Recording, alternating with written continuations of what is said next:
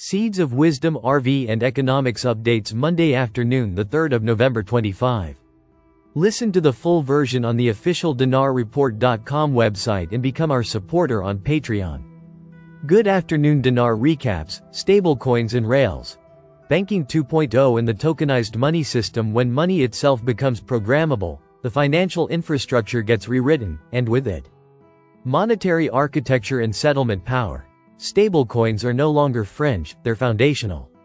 The Fireblocks State of Stablecoins 2025 report highlights that among payment and banking institutions, 90% say they are using or planning to use stablecoins.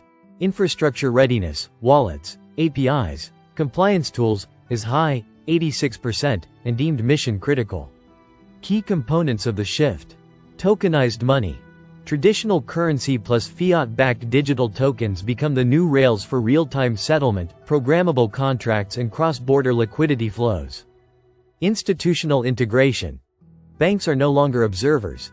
They are entering stable asset rails and integrating them into treasury, payments and settlement functions. Fragmentation risk and redesign. Because stablecoins can work across chains and domains, they introduce new choice, and thus new structural pathways for financial flows. Why this matters for the system reset. Money architecture changes. Right-pointing arrow. Settlement speed, control, transparency all shift.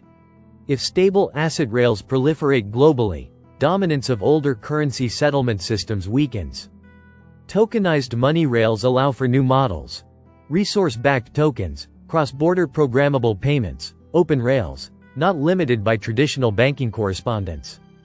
For global alliances, those who adopt tokenized money rails early gain settlement advantage and influence. This becomes part of the economic realignment, resource diplomacy, metal finance and settlement leverage. Rare earths, critical minerals and metals aren't just industrial inputs anymore. They're becoming the collateral and leverage of a new financial regime. Resource-rich states are increasingly transforming their physical assets into financial leverage. While I don't have a specific article URL for this exact theme in today's dataset, the trend is widely documented. Critical minerals and metals are underpinning new trade finance architectures and settlement models. What's happening? States with mineral control are negotiating trade, finance and investment deals that tie access to minerals with settlement terms, currency issues, financing. Metals and rare earths are being embedded into resource-backed financing schemes, linking physical inputs to digital finance rails.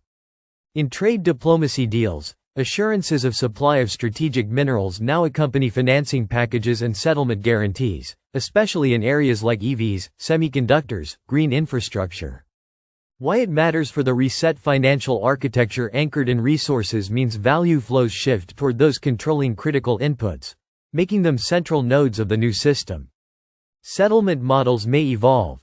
Commodity-backed tokens or contracts, digital access to resources, new reserve assets beyond traditional currencies. Alliances will form around resource finance power rather than purely currency or military power, so trade and alliance maps are redrawn. For the US and its partners, ensuring resource access becomes not only industrial strategy but financial strategy. The link between resources and finance becomes direct. Emerging markets. Settlement systems. Regional blocks building dollar alternatives as the US dollar system comes under pressure. Emerging markets are engineering their own settlement rails, and that means a re-engineering of global finance. Regional payment systems are no longer experiments, they're becoming strategic alternatives. For example, the Common Market for Eastern and Southern Africa, COMESA, bloc is launching digital payment platforms to settle trade in local currencies and bypass traditional dollars. Key features. Local currency settlement. Trade being settled in regional currencies rather than dollars to reduce FX risk in US dominance. Alternative rails. Systems built for intra-regional flows, cutting out traditional correspondent banking which is tied to US, Western systems. Block-level cooperation. Emerging reports show joint platforms, regional digital currencies and settlement alliances forming beyond the major Western powers. Why it matters. Financial architecture becomes multi-pole, $1 rail, many regional rails. Decision-making power shifts. Countries choosing their settlement networks gain autonomy and influence in trade finance systems. The reset isn't just about replacing the dollar. It's about building parallel systems and giving countries a choice of rail. Trade, currency and finance become tightly interlinked. Alliances shift, finance flows shift, and therefore global power dynamics shift. Listen to the full version on the official dinarreport.com website and become our supporter on Patreon. Source: Dinar Recaps.